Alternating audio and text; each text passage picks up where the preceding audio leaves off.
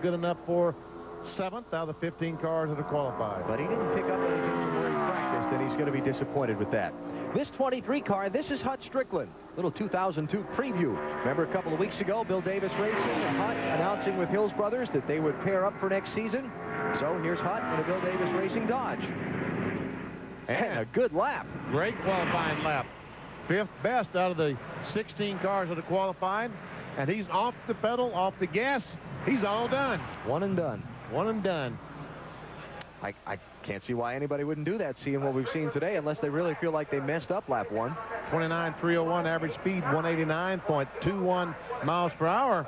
And Hut had practiced about that speed. He had run a 33 in practice and backed it up with a 30 in qualifying. So Hut Strickland with a good effort. The 3 Bill Davis Racing Dodges entered here this weekend were 2nd, 3rd, and 4th fastest in practice. One of those drivers is with Marty on the wagon right now. Hut Strickland, Ouch, Jimmy Spencer, Buckshot Jones, Rick Mast. Those drivers will not be in Sunday's running of the Great American Race. It's a 19 car. Mayfield.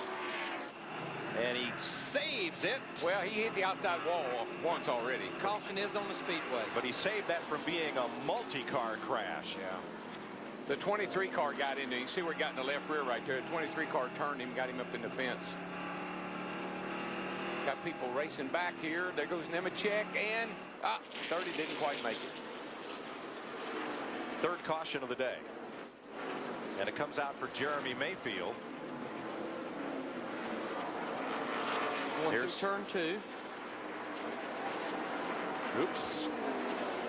Hut Strickland in a 23 coming up off turn 2. Almost the same thing we saw with Steve Park, but at the other end of the racetrack earlier. You know, Jeremy was leading this race here a year or two ago and had a huge lead, and the same thing happened to him off turn 2 over there. There's another look. And trust me, folks, these guys, they're not driving into the side of each other on purpose. It's just the nature of this racetrack. Knowledge. You got to know when you can put that nose up there and when you can't. Around she goes.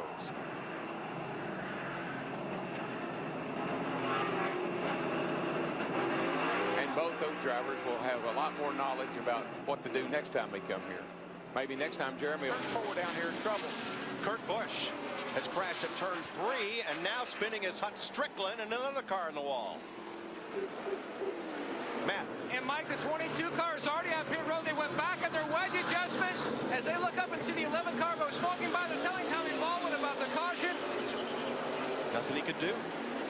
Car was already jacked up and the lug nuts off. Yeah, I mean, you might as well go ahead and complete the stop. Mark Martin's leading the race, and so he hadn't pitted yet, so it's going to put some guys that have some guys in trouble.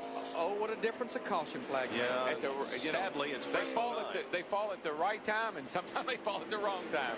That was untimely. The circuit's sole remaining driver owner, Brett Bodine, is involved in that crash. We saw Kurt Busch go spinning as well up at turn number 3.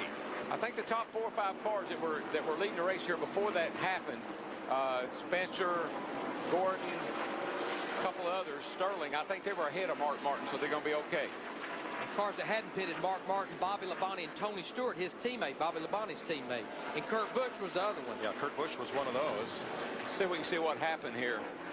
Pick it up there in progress as Busch went spinning back down to the track apron, and there Bodine tags Hut Strickland, who had checked up. Daryl, I'm not a big speculator. This is one of the worst places in the world coming on the pit road. I just wonder if Kurt Busch was trying to get on the pit road and that entrance snuck up on him. Yeah, there wasn't any problem. He spun the car around. Slams Joe Nemechek, and off to the wall they go. Caution is on the speedway. Cautions. Dale Earnhardt Jr. stopped and let his teammate Steve Park in the 1 car get his lap back. Yep. And that a tough break for this Travis Carter team, which is now down to running 1 car for Joe Nemechek. They parked the Todd Bodine car, seeking sponsorship to go the season. This won't help. Very unsure about what they're going to do for Texas in 2 weeks. Steve Park got a lap back here. As let's show you what happened going off into the corner. Well, once again, the guy on the inside, he just gets in there and gets into the guy on the outside. It's just classic Bristol. That's why I always ran that little mirror on my left corner right there on my left row bar. I always like to know whose nose was sticking in there. We've seen this happen so many times today. You go off in that corner, drive to the bottom of the hill there. Not enough room for 2 cars right there at the bottom. You're going so fast, can't turn, can't stop. Nemechek's taking his car behind the wall. We should mention that on the previous caution flag. Caution is out. Ride with Jimmy Johnson and see why. Got the 23 car there in front of him. Hut Strickland. Get off into the 3rd turn here. Whoa. No. Stay up there. Stay up there. Stay up there. Right here in front of you. Come on, baby. Come on. Awesome job, Jimmy. Awesome job, buddy. What a great job by that spotter. See if Strickland got, down on the flat. Yeah. They came up in front of Johnson. But I tell you, normally that car would have gone up, hit that outside retaining wall right in front of Jimmy Johnson. Both those guys did nowhere to go. Well of a job.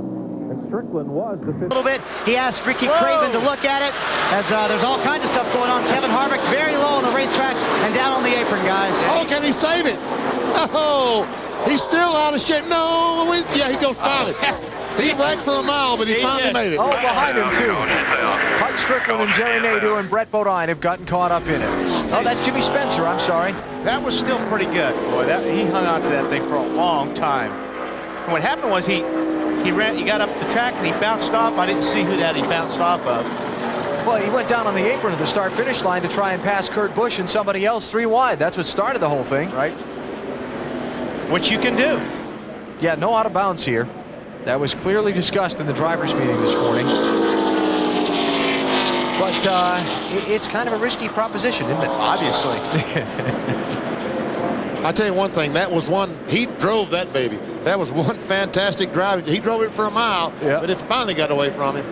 6th caution flag. Boy, that's down the backstretch. I think Hut Strickland's fender is rubbing a tire. It's causing all that smoke. And Jimmy Spencer, I think, caused a lot of it. All right, let's go back and see what happened. Started off of turn 4, coming down the front stretch. And here you got Harvick, takes a big run on Kurt Busch. Now he's down on the apron, but he tries to squeeze back up, hits Kurt Busch, and I mean drives this car forever, like you said, BP. Wait, no, I don't think he hit Kurt Busch, but watch, it's when he makes the transition from the flat back onto the banking. I think that's when the car got upset, right there. He got angry anyway. Yep. And here he goes. Now, you know he's not going to be able to handle it on the apron of the racetrack. The banking on the racetrack is only 18 degrees, so it's probably 6 degrees on the apron there, and he finally loops it. Meanwhile, behind, these guys start trying to avoid the accident and run into each other. Too bad for these fellas. Boy. On board Elliott Sadler. That's Hut Strickland just ahead of him.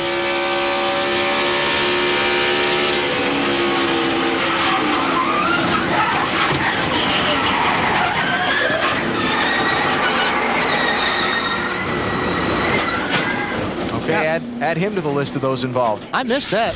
Yeah, me too. Bill? It's 4 tires for Harvick. He said he just got down there. The air got taken off of him, and he tried to save it for as long as he could, and he finally did. They're going to pull some sheet metal away and send him back out. Alan? Caution once again in the Tropicana 400 at Chicagoland. Dale Earnhardt Jr. is your race leader.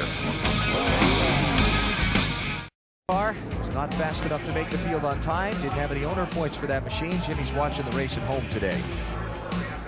Got 4 drivers going to drop to the rear of the field.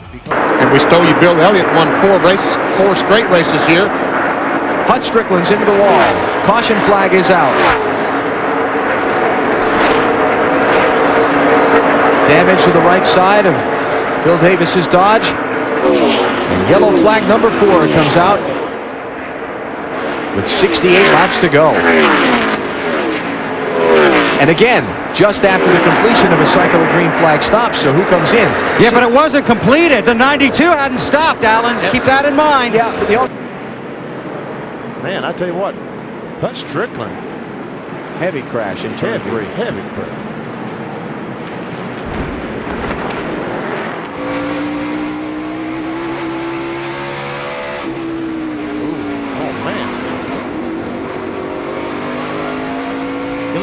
traction when your rear wheels are off the ground a foot. I'm telling you.